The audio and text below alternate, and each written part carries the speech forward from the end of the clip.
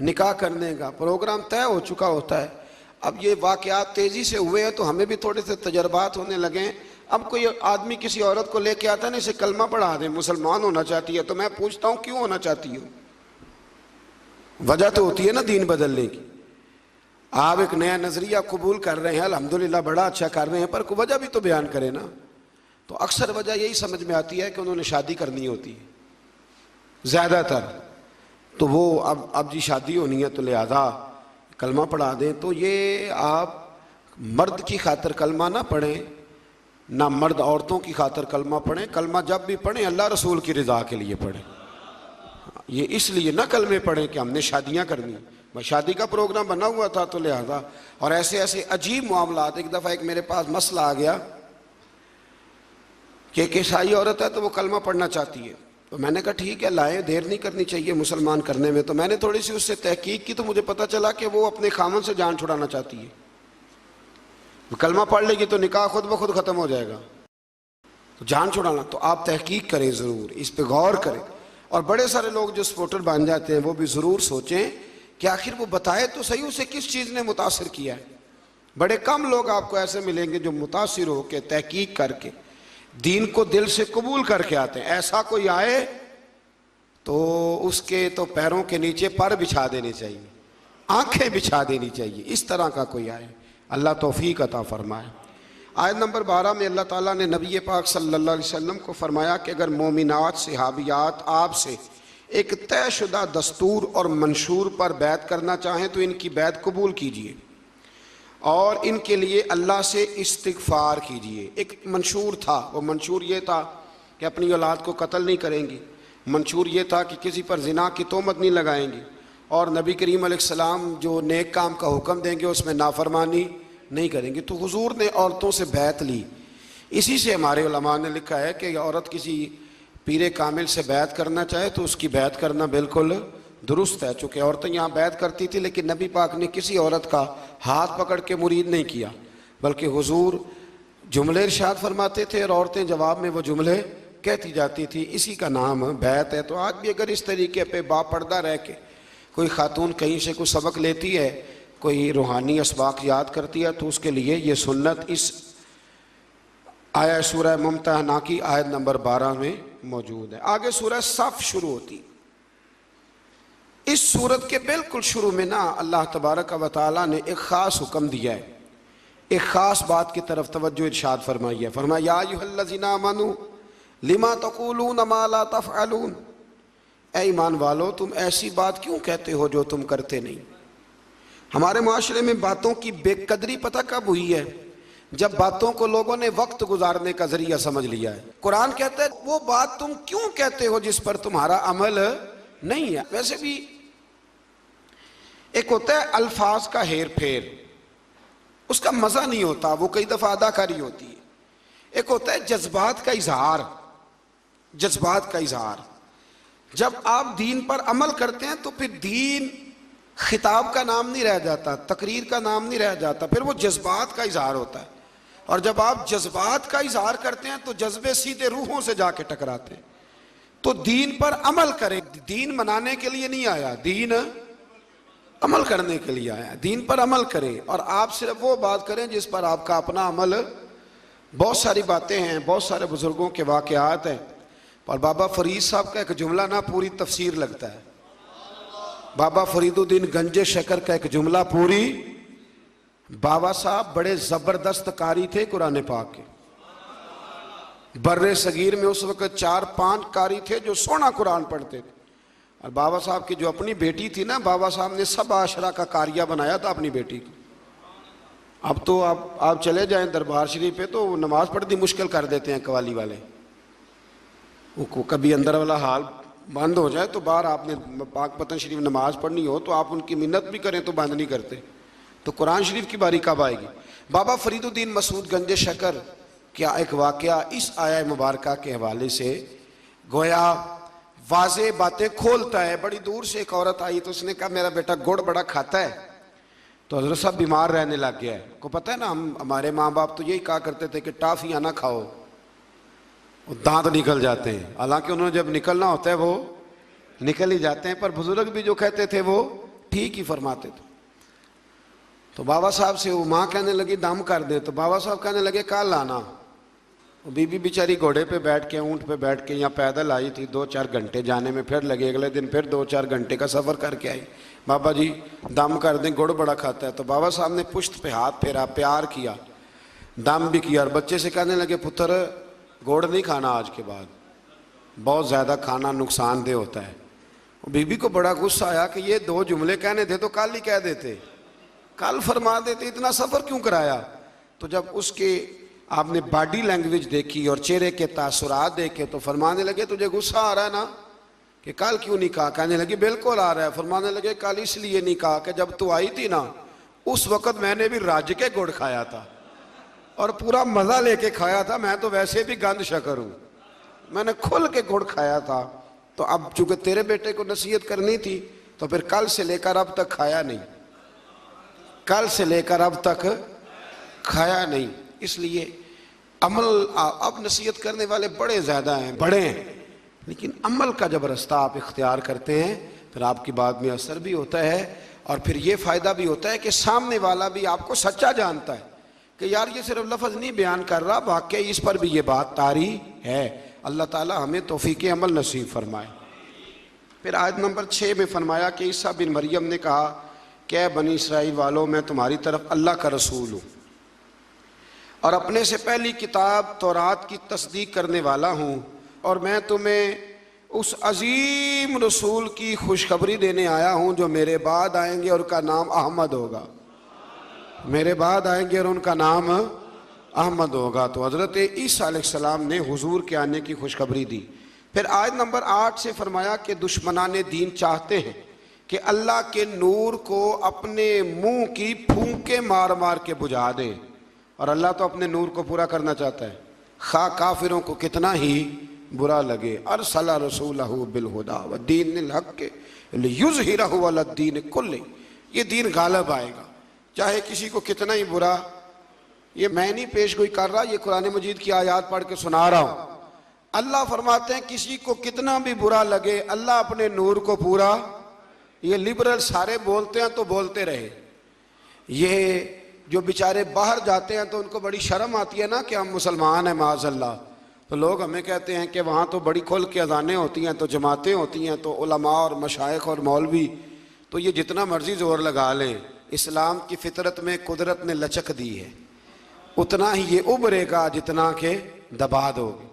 اللہ فرماتے ہیں کہ ہم اس دین کو غالب کریں گے.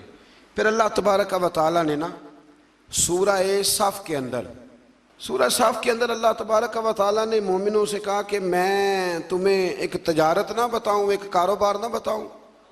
بڑے لوگوں سے مشورہ کرتے ہیں نا کیا کریں, تو اللہ فرماتے ہیں یا ایھا الذین آمنوا هل ادلکم علی تجارۃ, کیا میں تمہیں ایک تجارت نہ بتاؤں, تنجیکم من عذاب علیم, وہ تجارت پتہ کیا کرے گی, تمہیں دردناک عذاب سے بچا لے گی. تجارت نہ بتاؤں, یا اللہ بتا. فرمایا تؤمنون باللہ ورسولہ, وہ تجارت یہ ہے کہ رب اس کے رسول پر پختہ ایمان لے آؤ, اور پھر کیا کرو, وتجاہدون فی سبیل اللہ باموالکم وانفسکم, پھر تم اپنے مالوں اور جانوں سے اس کے راستے میں جہاد کرو. گویا رب کہتا ہے تم میری طرف لگ جاؤ, یہ تجارت بڑی شاندار ہے. اور حضرت ابوبکر صدیق کے قول نے تفسیر کر دی, فرمانے لگے تو رب کی طرف توجہ کر لے, رب کی تیری طرف توجہ ہو جائے گی, رب کی تیری طرف. اور یہ شرط ہے, جب آپ نے توجہ کرانی ہو تو آپ کو توجہ کرنی بھی پڑے گی. اب ہم لوگ نا لاڈلے بڑے بنتے ہیں, ہم کہتے ہیں کرنا کرانا کچھ نہ پڑے, ہمارے لاڈ دیکھے جائیں, اور میاں لاڈ لوڈ کوئی نہیں دیکھے جاتے. پکی بات, ابا جی کو بھی وہی بچہ اچھا لگتا ہے جو کام صحیح کرے. یہ لالچ نہیں, یہ ان کا خلوص ہے اپنے بچے کے ساتھ. اگر وہ کام ٹھیک کرے گا تو وہ محتاج نہیں ہوگا کسی کا, اپنے بھائیوں کا دستے نگر نہیں ہوگا, وہ دوسروں کے ساتھ بھی اچھا سلوک کرنے والا ہوگا. تو کماؤ پتر اچھا لگتا ہے, یہ اچھی بات ہے. تو اسی طرح جو جہاد کرے اللہ کے راستے میں وہ رب رسول کو بھی اچھا لگتا ہے. پھر آگے اللہ تبارک و تعالیٰ نے نا سورہ جمعہ کا بیان فرمایا. اس سورت کی آیت نمبر 2 میں اللہ تبارک و تعالیٰ نے ارشاد فرمایا کہ میں نے نا نبی پاک علیہ السلام کو کچھ مقاصد دے کے بھیجا ہے. کچھ مقصد ہیں. وہ مقصد کیا ہیں؟ یتلو علیہم آیات ہی، فرمایا وہ پڑھ کے سناتا ہے انہیں اس کی آیتیں، وَيُزَكِّيهِمْ، اور انہیں پاک کرتا ہے، وَيُعَلِّمُهُمُ الْكِتَابَ وَالْحِکْمَةَ، اور انہیں کتاب اور حکمت سکھاتا ہے. نبی پاک نے صرف قرآن نہیں سکھایا، ساتھ حکمت بھی سکھائی. حکمت دین کی روح ہے. یہ حکمت کا ترجمہ شیخ سعدی نے کیا ہے. فرماتے ہیں ایک من علم ہونا تو سنبھالنے کے لیے 10 من عقل کی بھی ضرورت ہے. شرط یہ ہے کہ من ہو بھی، سوا پانا ہو گئی. 2 مسئلے یاد کر کے تو کہتا میں نے 21 مولویوں سے پوچھا، میرا نہیں کسی نے بھی حل کیا. وہ مسئلہ نہیں ہوتا، کوئی پہیلی ہوتی ہے تو ہم اڑ جاتے ہیں. ایسا نہ کریں. پھر اس سے آگے نا اللہ تبارک و تعالیٰ نے سورہ جمعہ کے اندر ہی جمعے کی فرضیت کا بیان فرمایا. یا ایھا الذین آمنوا اذا نودی للصلاۃ من یوم الجمعہ، اے ایمان والو جب تمہیں بلایا جائے نماز جمعہ کے لیے، فاسعوا الی ذکر اللہ، تو پھر تم اللہ کے ذکر کی طرف دوڑ کر آؤ. کب بلایا جائے؟ پہلی اذان کی دوسری. ہم کب دوڑ کے جاتے ہیں؟ اور بڑے بڑے بہانے کہتے ہیں جی وہ حضرت صاحب پچھلے سال والی تقریر کر رہے ہیں اس لیے میں لیٹ جا رہا ہوں. تو میں نے آپ کو بتایا تھا کہ قرآن میں ایک مضمون 9 دفعہ بیان ہوا ہے. تو وہ سپارہ آپ چھوڑ دیں گے جہاں دوبارہ بات بیان ہو رہی؟ کیا بات کرتے ہیں آپ؟ بڑے بڑے عجیب بہانے. بھیا وقت پہ جائیں، ٹائم پہ جائیں. فاسعوا الی ذکر اللہ، دوڑ کے جاؤ اللہ کے ذکر کی طرف. تو پہلی اذان ہو جائے تو اب آپ کی ذمہ داری ہے کہ آپ سارا کچھ چھوڑ چھاڑ کے تو مسجد کی طرف سفر کریں. آگے سورہ منافقون شروع ہو رہی ہے. بڑا بے نیاز ہے نا، منافقوں کے نام پہ بھی سورت رکھ دی ہے. بے نیاز ہے. پوری سورت ہے منافقون. منافق اس کو کہتے ہیں جو زبان سے تو بڑے دعوے کرتا ہے اسلام کے، لیکن اندر اس کے اسلام نہیں ہوتا. تو اللہ تعالیٰ نے اس کی پہلی آیت میں فرمایا اذا جاءک المنافقون قالوا نشہد انک لرسول اللہ. فرمایا محبوب منافق آپ کی خدمت میں حاضر ہوتے ہیں تو کہتے ہیں ہم گواہی دیتے ہیں کہ آپ اللہ کے رسول ہیں، آپ اللہ کے رسول ہیں. فرمایا واللہ یعلم انک لرسولہ، اللہ بھی جانتا ہے کہ آپ اللہ کے رسول ہیں. واللہ یشہد، لیکن اللہ گواہی دیتا ہے کہ ان المنافقین لکاذبون، کہ بے شک منافق جھوٹ بول رہے ہیں. انہوں نے کیا کہا تھا؟ یہ جھوٹ ہے. اللہ کہتا ہے جھوٹ بول رہے ہیں. انہوں نے کیا کہا تھا؟ آپ اللہ کے. اللہ کیا فرماتا ہے؟ جھوٹ بول رہے ہیں کیونکہ منافق ہیں. جھوٹ بول رہے ہیں کیونکہ منافق. اور منافق کی علامت یہ ہے کہ جو بات کرتا ہے تو سچی کرتا، وہ جھوٹ بولتا ہے. بڑی باتیں سورہ مبارکہ میں اللہ تبارک و تعالیٰ نے ارشاد فرمائی. اسی سورہ منافقون کی نا آیت نمبر 5. منافق کون ہے؟ فرمایا وَإِذَا قِيلَ لَهُمْ تَعَالَوْا يَسْتَغْفِرْ لَكُمْ رَسُولُ اللَّهِ، جب ان منافقوں سے کہا جاتا ہے نا آؤ اللہ کے رسول تمہارے لیے اللہ سے مغفرت طلب کرے، آؤ نبی پاک کے پاس چلیں وہ تمہارے لیے اللہ سے، تو اللہ فرماتے ہیں لَوَّوْا رُؤُوسَهُمْ، وہ اپنے سر پھیرتے ہیں. آپ انہیں دیکھیں گے کہ وہ اپنے کہتے ہیں ادھر نہیں جانا. یہ قرآن ہے، کوئی چوٹ نہیں کسی پہ. منافق کی علامت ہے. اسے کہو آؤ نبی پاک کے پاس چلیں، نہ نماز کا انکاری، نہ زکوٰۃ کا انکاری، نہ حج کا انکاری. انکاری کس بات کا ہے؟ آؤ نبی پاک کے پاس چلیں تو لَوَّوْا رُؤُوسَهُمْ، اللہ کہتے ہیں سر مارتا ہے، کہتا ہے وہاں جانا، سر گھماتے ہیں. وَرَأَيْتَهُمْ، اور آپ انہیں دیکھیں گے یصدون وہم مستکبرون، آپ انہیں دیکھیں گے کہ وہ رک رہے ہیں.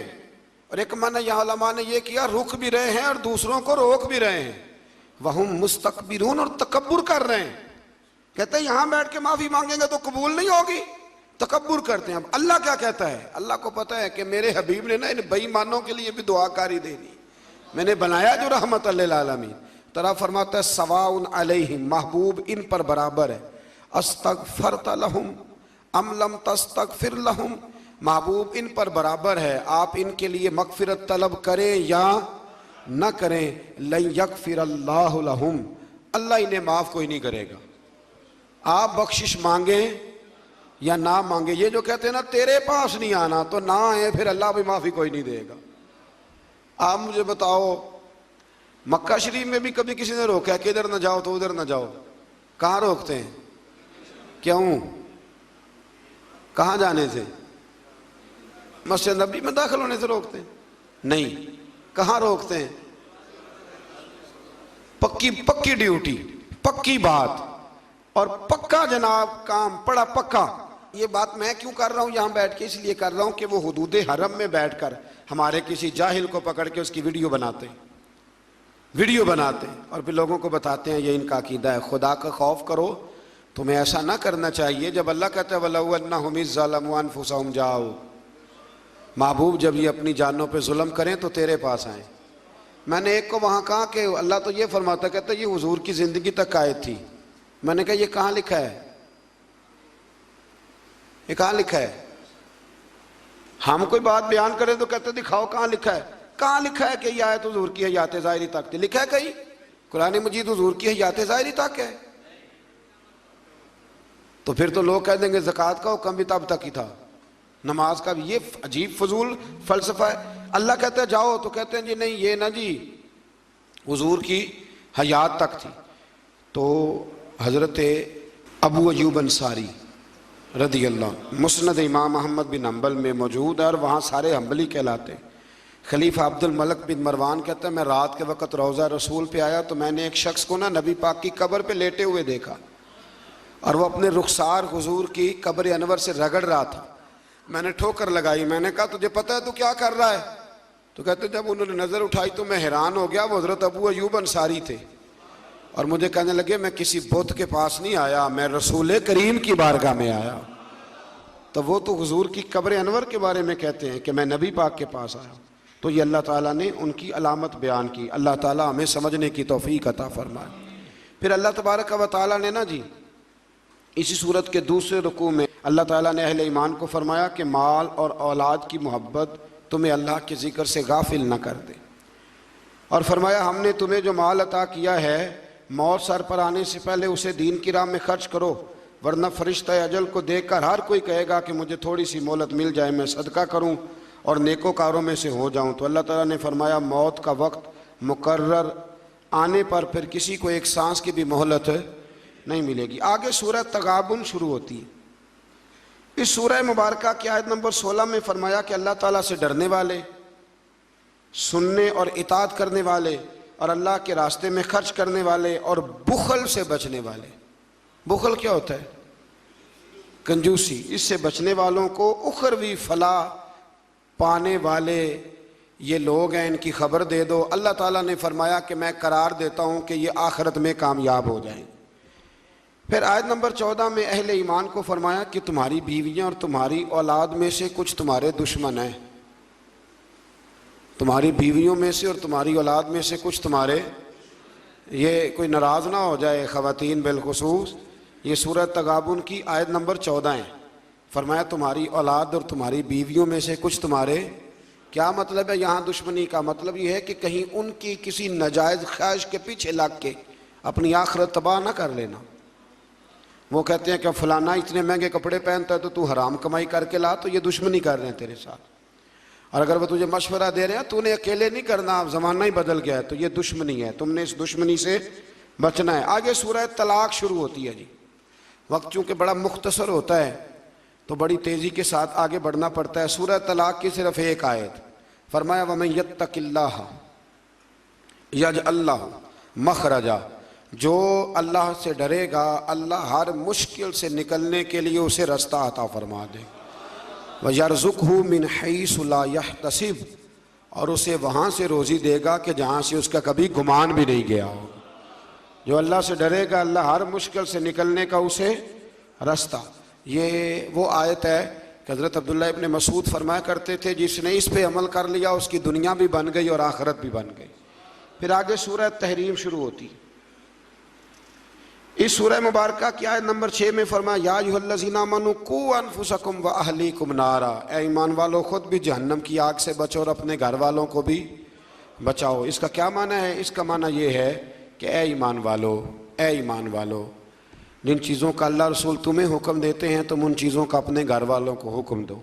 یہ معنی خود نبی کریم علیہ السلام نے بیان فرمایا. حضرت عمر نے پوچھا تو اللہ کے نبی نے یہ معنی خود بیان کیا. فرمایا جن چیزوں کا اللہ رسول تمہیں حکم دیتے ہیں تم اپنے گھر والوں کو ان چیزوں کا حکم دو، اور جن چیزوں سے اللہ رسول تمہیں منع کرتے ہیں تم اپنے گھر والوں کو ان چیزوں سے منع کرو۔ خود بھی دوزخ کی آگ سے بچو اور اپنے گھر والوں کو بھی۔ ہم نے گرمی سے بچانے کا بندوبست کیا ہوتا ہے نا، سفر سے بچانے کا، گاڑی کا بندوبست، تو اللہ فرماتے ہیں انہیں دوزخ کی آگ سے بچانے کا بھی بندوبست کرو۔ پھر اسی سورہ مبارکہ کی آیت نمبر 8 میں اللہ تبارک و تعالیٰ نے فرمایا یا ایھا الذین آمنوا توبوا الی اللہ توبۃ نصوحا، اے ایمان والو اللہ کی طرف توبہ کرو تو پھر سچی توبہ کرو۔ توبۃ النصوحا کا معنی حضرت حسن بصری فرماتے ہیں جس طرح بکری کے تھنوں سے دودھ دھو لیا جائے تو دوبارہ تھنوں میں نہیں نہ جا سکتا، سچی توبہ اس کی ہے جس نے جس گناہ سے توبہ کی پھر دوبارہ اس کے قریب نہیں گیا۔ آج الحمدللہ 27ویں شب آئے گی رمضان کی، توبہ کا وقت ہے۔ یہ بالکل آپ نے کوشش کرنی ہے کہ ایک لمحہ بھی مغرب سے لے کر فجر تک، حتی مطلع الفجر، فجر تک ایک لمحہ بھی ضائع نہ ہو۔ یہ مغرب سے شروع ہو جاتی ہے رات، ایک منٹ بھی ضائع نہ ہو۔ کوشش فرمائیں کہ سارا وقت عبادت میں، ریاضت میں، پرہیزگاری میں، تقوی میں گزرے، کوشش فرمائیں اور توبہ کریں تو سچی توبہ۔ اس طرح نہ توبہ کریں کہ ساری رات روتے رہے پر صبح جھوٹ چھوڑنے کا ارادہ ہی کوئی نہیں، ملاوٹ چھوڑنے کا پروگرام ہی کوئی نہیں اور ساری رات روئے، تو یہ مذاق ہے، یہ توبہ نہیں۔ مذاق نہیں کریں، کھری توبہ کریں، سچی توبہ کریں، اور جب ہم سچی توبہ کرتے ہیں تو پھر اللہ قائم رہنے کے لیے رستے بھی عطا فرما ہی دیتا ہے۔